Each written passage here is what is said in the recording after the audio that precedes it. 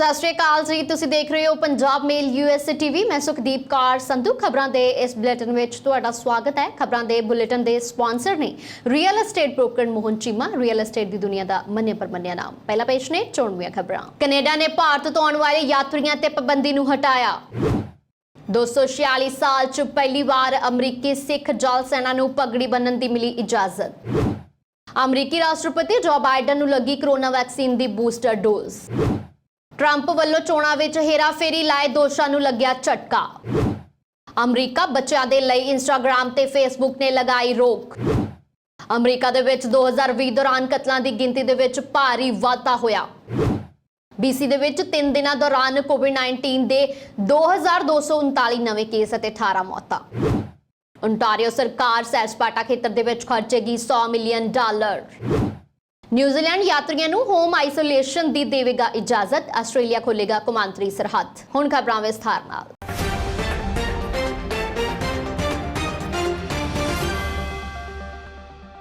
Justin Trudeau की अगवाई वाली Canadian सरकार ने एतवार नूं भारत तो यात्री उड़ाणां ते लगाई पाबंदी नूं हटा दिता है। कोविड-19 के मद्देनज़र पाबंदी लगाई गई सी। सरकार ने एतवार नूं कहा है कि 27 सितंबर 2021 तो भारत तो कनेडा दे लई सिद्धियां उड़ाणां मुड़ शुरू होणगीਆਂ। इस तो पहला मंगलवार नूं कनेडा ने भारत तो सारियां सिद्धियां वपारिक ते प्राइवेट यात्री उड़ाणां ते पाबंदी 26 सितंबर तक वधा दित्ती सी।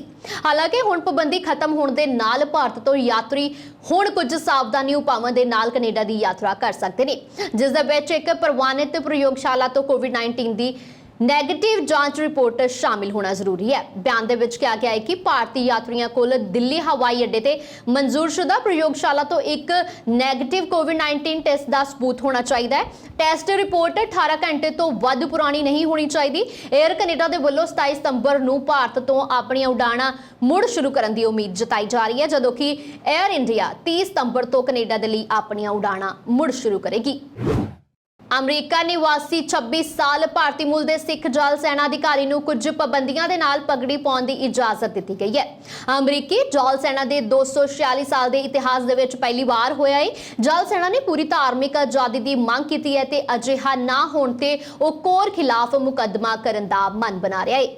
द न्यूयॉर्क टाइम्स की रिपोर्ट मुताबिक लगभग 5 साल तो हर सवेरे सुखबीर तूर अमरीकी जल सेना कोर की वर्दी पाउंदे रहे ने।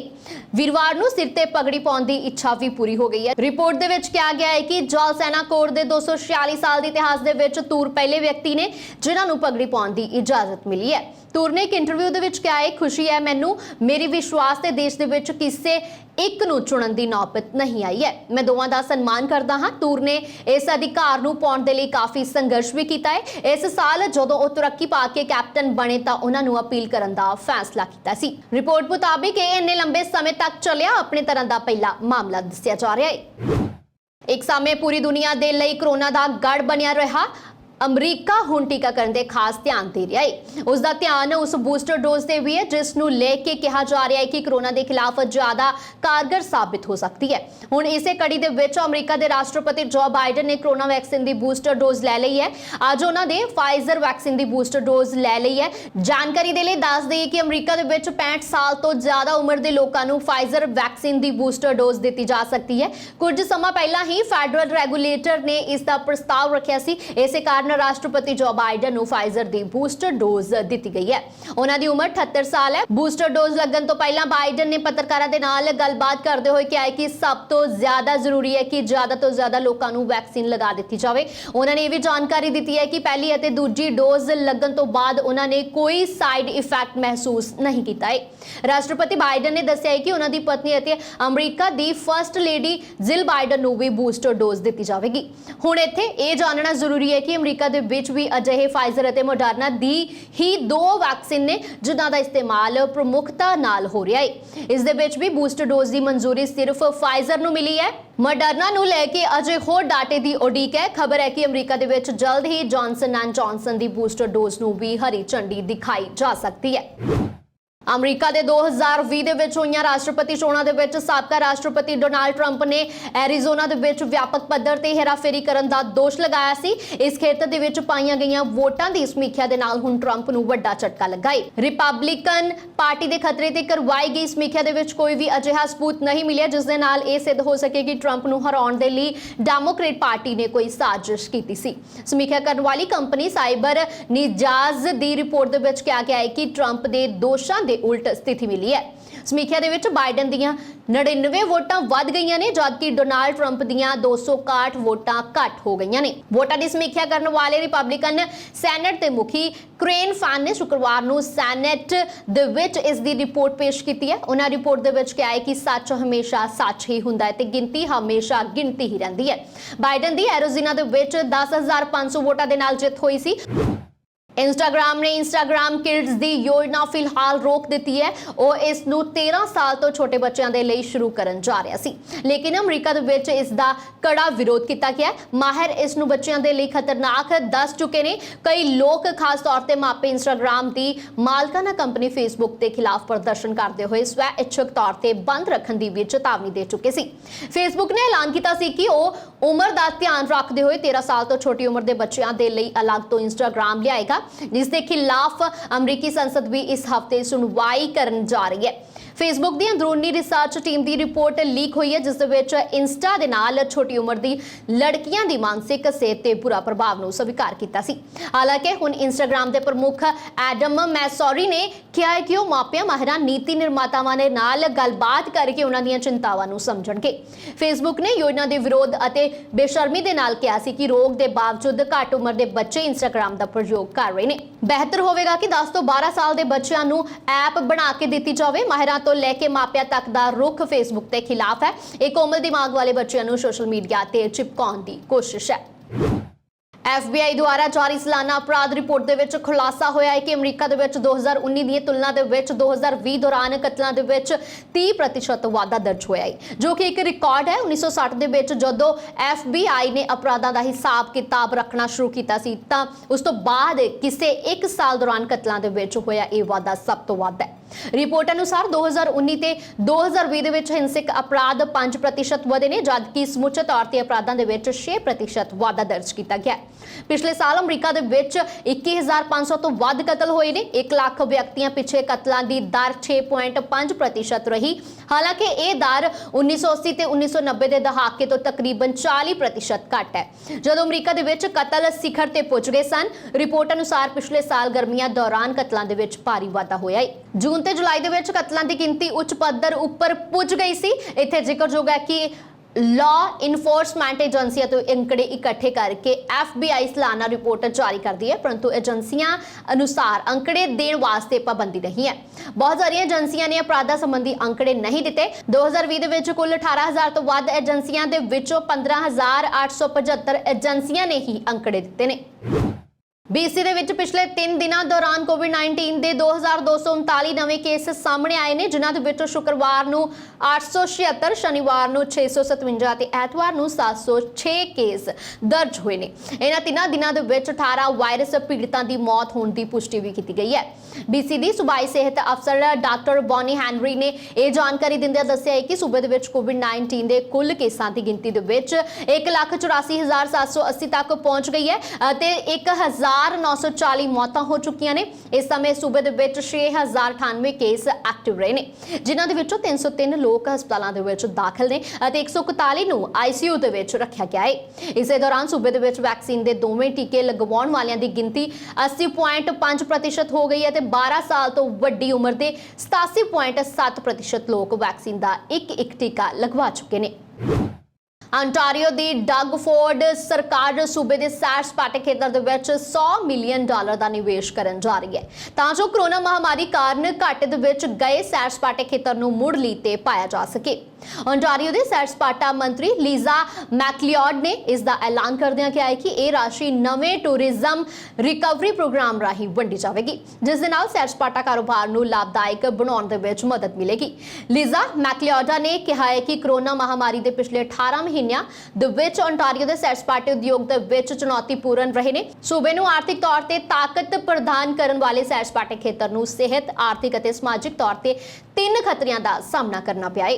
ਉਹਨਾਂ ਨੇ ਕਿਹਾ ਹੈ ਕਿ ਤਾਜ਼ਾ ਫੰਡਿੰਗ ਰਾਹੀਂ ਜਿੱਥੇ ਖੇਤਰੀ ਤੌਰ ਤੇ ਮਹੱਤਵਪੂਰਨ ਕਾਰੋਬਾਰਾਂ ਦਾ ਸਮਰਥਨ ਕਰਨ ਦੇ ਵਿੱਚ ਮਦਦ ਮਿਲੇਗੀ, ਉੱਥੇ ਹੀ ਇਸ ਰਾਹੀਂ ਸੈਰ ਸਪਾਟੇ ਖੇਤਰ ਦੇ ਨਾਲ ਜੁੜੀਆਂ ਕਮਿਊਨਿਟੀਜ਼ ਦੀਆਂ ਨੌਕਰੀਆਂ ਦੀ ਸੁਰੱਖਿਆ ਵੀ ਯਕੀਨੀ ਬਣਾਈ ਜਾ ਸਕੇਗੀ। ਇਹ ਫੰਡ ਸੈਲਾਨੀਆਂ ਦੇ ਠਹਿਰਨ ਦੀਆਂ ਥਾਵਾਂ, ਲੌਜ, ਵਾਟਰ ਟੂਰਸ, ਸਕੀ ਸੈਂਟਰ, ਲਾਈਵ ਪਰਫਾਰਮੈਂਸ ਵੀਨਿਊਜ਼, ਸਿਨੇਮਾ ਘਰਾਂ, ਡਰਾਈਵ ਇਨ ਥੀਏਟਰ ਅਤੇ ਵਾਟਰ ਪਾਰਕਾਂ ਜਿਹੀਆਂ ਯੋਗ ਸੈਰ ਸਪਾਟਾ ਕਾਰੋਬਾਰ ਦੇ ਲਈ ਖਰਚਿਆ ਜਾਵੇਗਾ।